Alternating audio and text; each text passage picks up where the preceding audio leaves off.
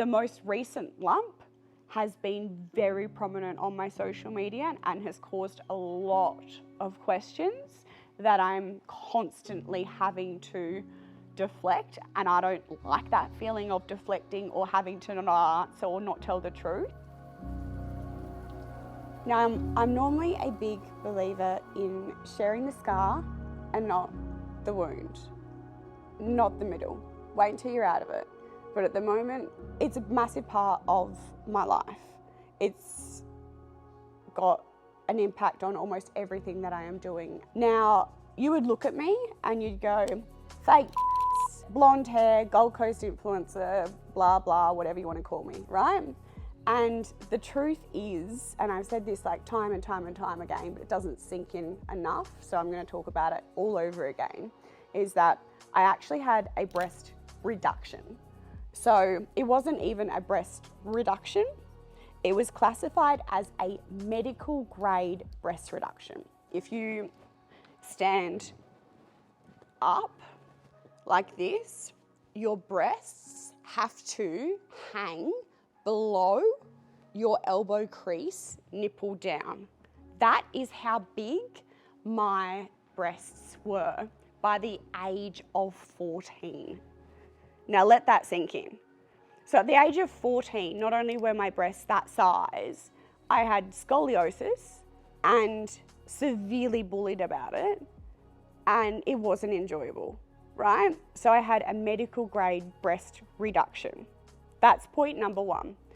Point number two is that, yes, I had breast implants put in with the best plastics surgeon in Adelaide at the time.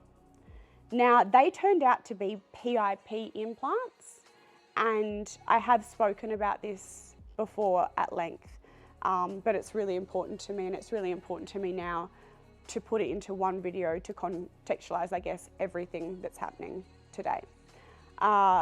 PIP is the company, and it was industrial grade silicone that they were using. I went to the best surgeon in Adelaide, and at the time, out of my own money, I paid over $40,000. This was not a cheap procedure that I had done. This was not a overseas job. It was the best at the time, right? They ruptured. This, my friends, is where the tongs come in. Now, the date here is the 15th of the 5th, 2012. Now, this is what a normal implant would have looked like, right? Yep, normal implant. So that's one side. Cool.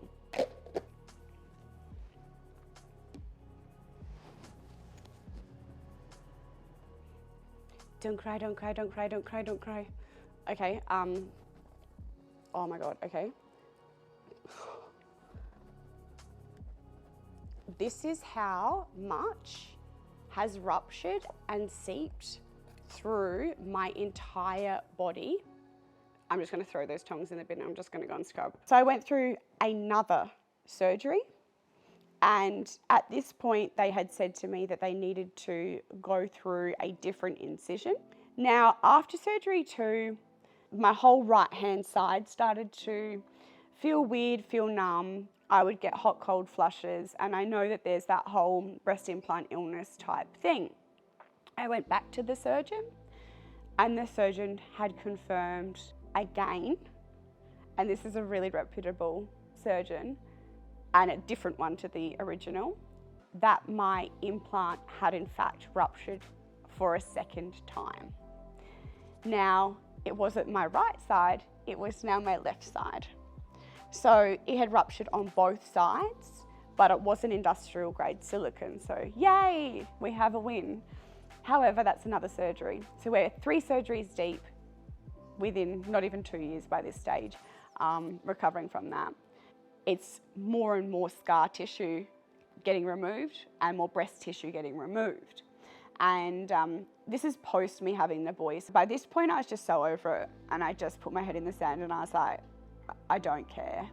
Like, I'm not doing it again, I don't care.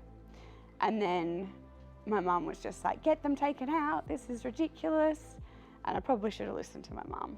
My implant had flipped, had to be replaced. But this time, when they went in, there was so much silicone that they had to entirely remove muscle, tissue, breast tissue, and my nipples. And basically they were like, your bloods are showing that something's wrong, but we can't figure out what's wrong. The silicone had spread and it was everywhere. And at that point, they didn't really know what to do or how to treat it.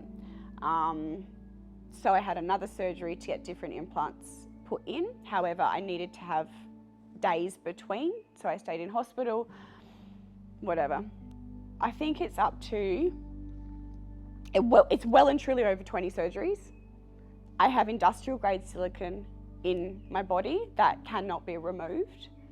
That causes inflammation markers, which means my body is always fighting an infection as a foreign object. For every bit of silicone that's leaked, it then causes cells around it to protect it, which is classified, I guess, as a tumour. And then what would normally happen is you'd have a biopsy and you'd go in and you test the biopsy, which I've had many of, and then they're always benign. And what I want to point out here is that my current implants are fine, they are intact, and I now get them checked very, very often for that. But like, it's just, my body is working hard, and I already know there's gonna be people that are like, but you put your fake implants in and you're fake this and you're fake that. Yep, I'm so fake. I'm fake as because I've got implants. I shouldn't have done it. Like, if one thing, and I am the biggest advocate for this, I would never, ever get implants ever again. Ever, ever, ever, ever. It is what it is. So that's what I've been dealing with. And when I say I have been unwell, and when the boys talk about me going in and out of hospital, that's what they're talking about.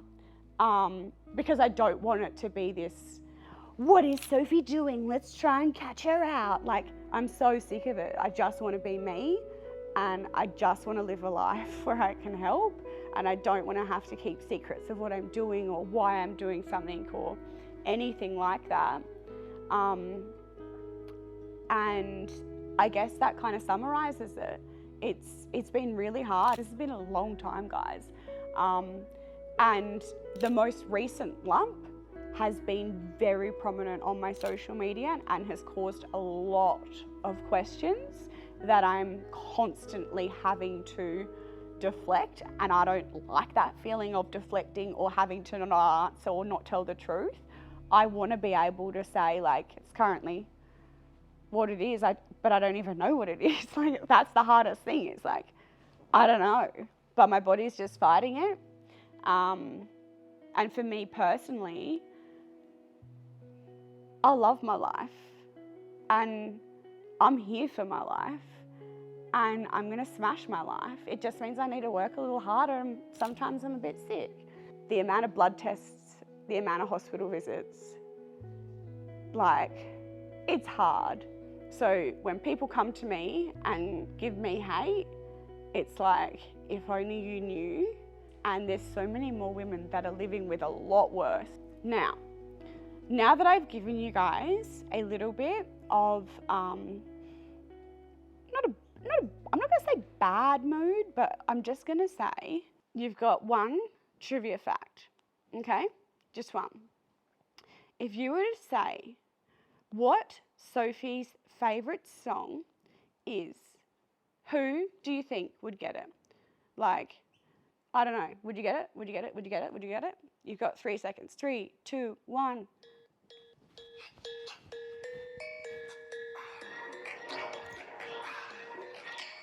Of course it's Tokyo Drift. Everyone has to have got that, surely. I told you it was going to go up. So I hope that gives you a little bit more of an update as to why last week's episode wasn't out on time, and as per the schedule, guys, we are back on. Let's go.